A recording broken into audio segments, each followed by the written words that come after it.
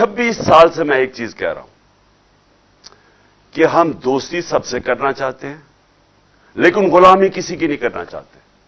ये मैंने आज नहीं कहा, मेरे 26 साल से बयान पढ़ लें कि मैंने हमेशा ये कहा है कि पाकिस्तान सबसे दोस्ती करना चाहता है।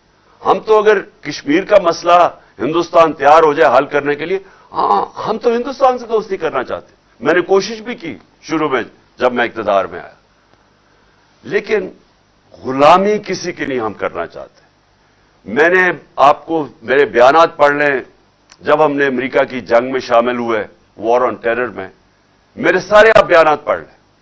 मैं हर जगह कहता रहा कि यह हमारी जंग नहीं है, हम अपने लोगों को कुर्बान करें किसी और की जंग में। 20 साल मेरे बयान पढ़ लें, मैं एक ही चीज कहता रहा कि हमने अपने लोगों को इसलिए कुर्बान किया क्योंकि हम आजाद नहीं हैं, हमारी आजाद सोच नहीं है, हम गुलामी कर रहे हैं।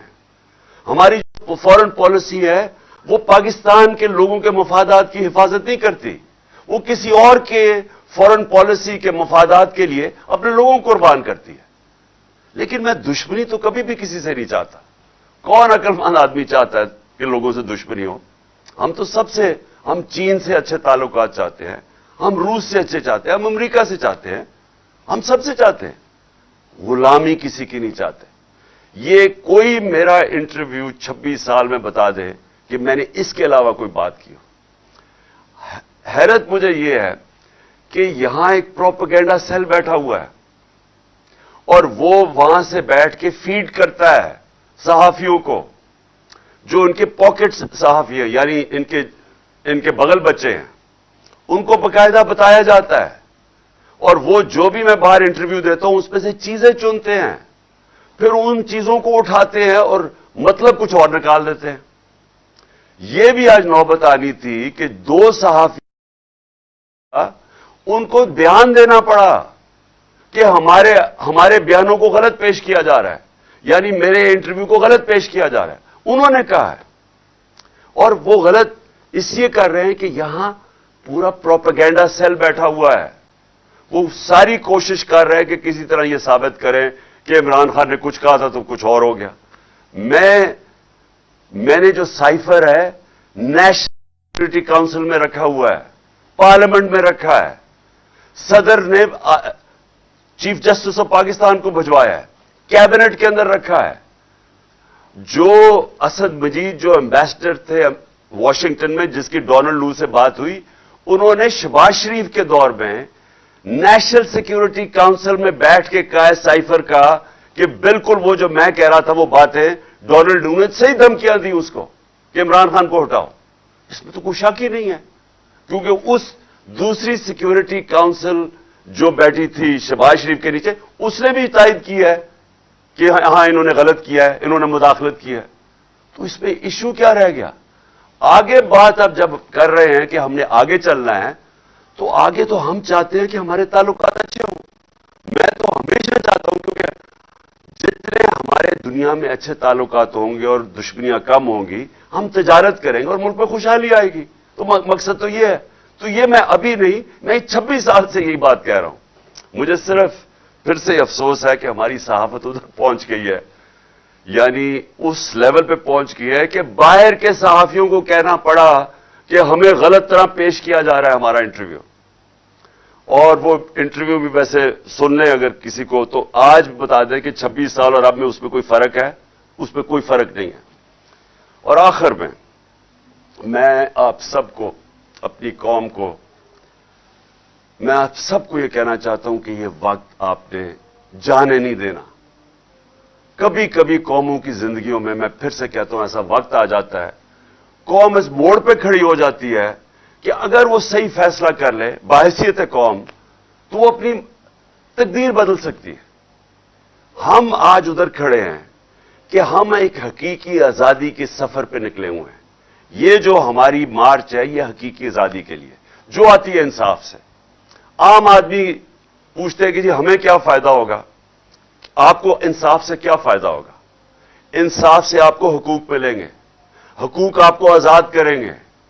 आपको वो मुश्किलों जो मसलन छोटा कारोबार करने वाला, اس کو سارا وقت مشکل پڑی ہوتی ہے. کبھی کوئی رشوت مانگتا ہے, کبھی کوئی پیسے مانگتا ہے.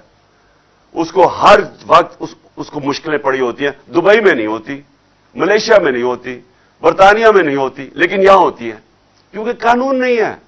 ہم 129 نمبر پہ انصاف کے رول آف لا کے انڈیکس میں 129 پہ ہیں پاکستان. تو جب انصاف ہی نہیں ہے, لوگ آزاد نہیں ہیں, اور جب آزاد نہیں ہے خوشحالی نہیں آتی.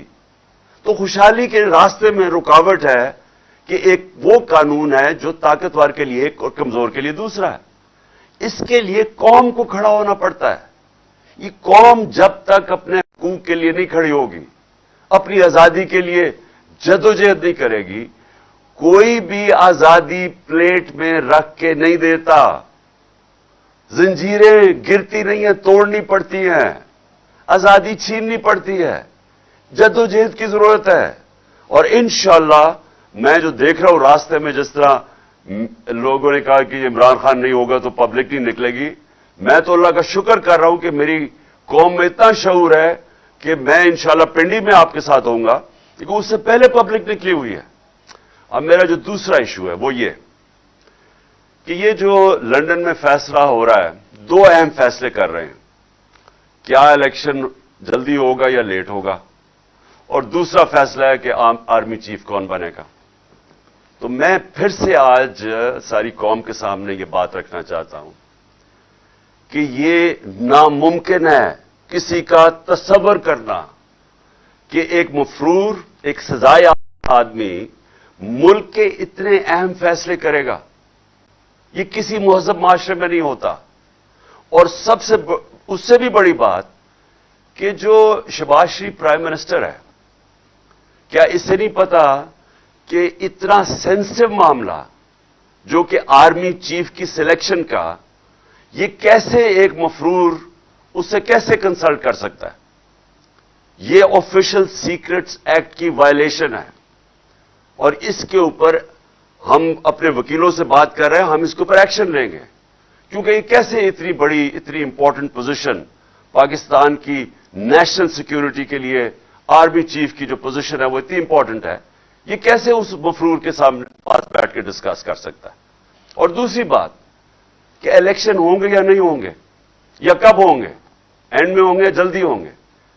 سوال یہ ہے کہ کیا وہ مفرور, وہ سزا یافتہ آدمی جو کہ چوری کے پیسے سے وہاں بیٹھا ہوا ہے لندن میں, کیا وہ فیصلہ کرے گا یہ اہم؟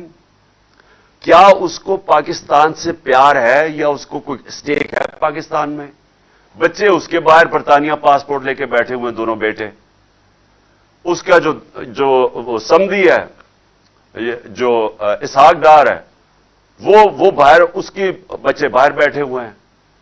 شہباز شریف, اس کا بیٹا باہر بیٹھا ہوا ہے, سب بھاگے ہوئے ہیں کرپشن کیسز سے. کیا یہ آدمی فیصلہ کرے گا کہ پاکستان کے لیے الیکشن جلدی ہونے چاہیے بعد میں؟ جس آدمی کا صرف مقصد ایک ہے, کس طرح وہ پہلے جو پاکستان کا پیسہ چوری کیا, اربوں ڈالر اس نے باہر رکھا ہوا ہے, اور پھر NRO کیسے لینا ہے, اس پیسے کو بچانا کیسے ہے. جس آدمی کا اصل مقصد یہ ہو, کیا وہ فیصلہ کرے گا کہ پاکستان میں الیکشن کب ہونا ہے؟